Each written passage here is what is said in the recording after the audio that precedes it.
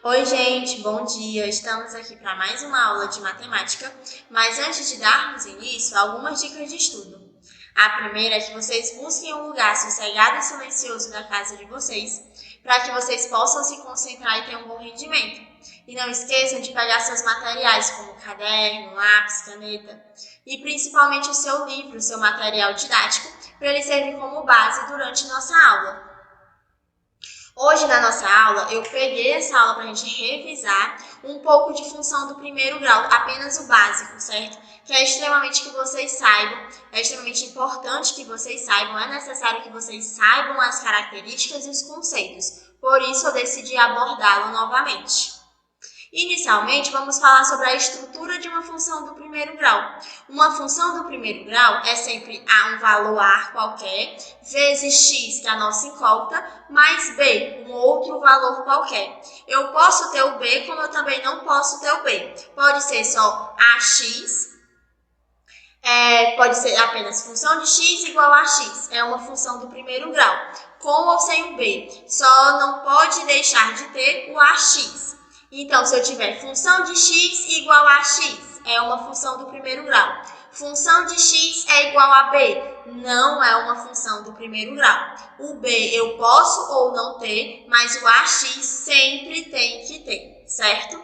Então, eu posso escrever como função de x é igual a x mais b, e esse f de x é a mesma coisa que y.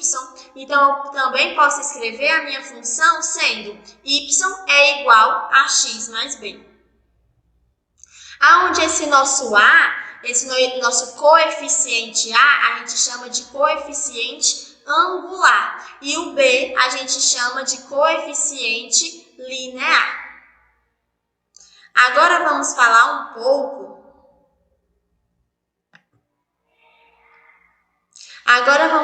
um pouco sobre como é que a gente pode definir aqui o a e o b em uma função do primeiro grau. Nós temos y é igual a 4x mais 2. Quem é nosso a? O a é o valor que está do lado do x. Então, o a é o 4. E o b é o valor que está sozinho, é o 2. Agora, na nossa segunda função, quem é o a?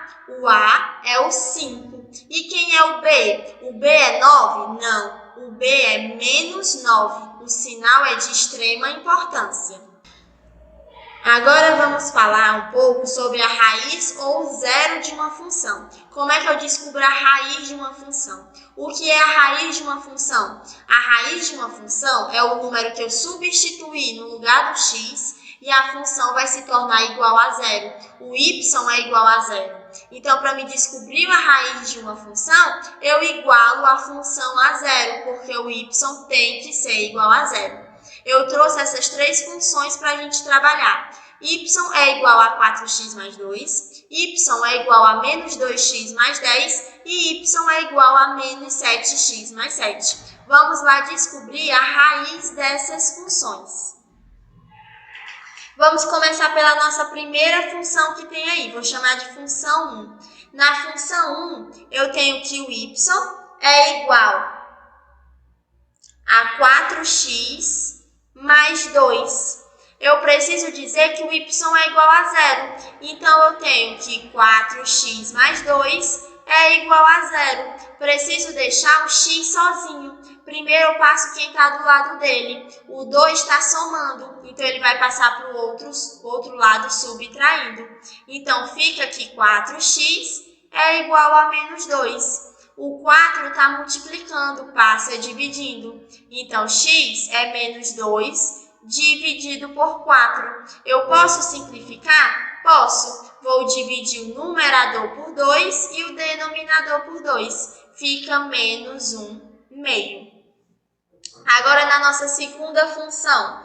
Na nossa segunda função, nós temos que y é igual a menos 2x mais 10. Para mim saber a raiz dessa função, eu vou igualar a zero. Então, fica que menos 2x mais 10 é igual a zero. Eu preciso deixar o x sozinho. Só que nesse caso, nosso x está negativo. Então, é melhor para a gente passar ele para o outro lado. Então, fica que 10 é igual a 2x, que era negativo, passou positivo. O 2 está multiplicando, passa dividindo. Então, x é igual a 10 dividido por 2. Então, x é igual a 5.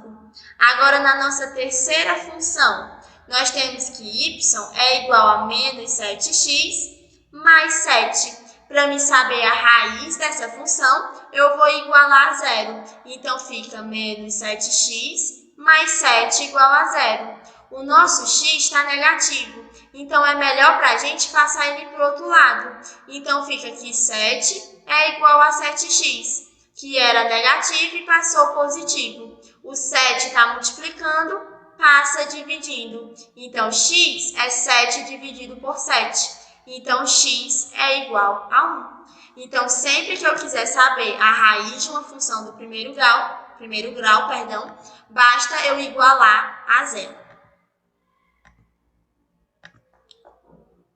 Agora, vamos falar aqui um pouco sobre os gráficos. Os gráficos de uma função do primeiro grau pode ser crescente ou decrescente. Se o nosso a, que é o coeficiente angular, for maior do que zero, se ele for positivo, eu tenho uma função crescente, que é esse gráfico da esquerda. Mas se eu tiver um a, um coeficiente angular menor do que zero, eu vou ter um gráfico, uma função decrescente, que é no caso da imagem direita.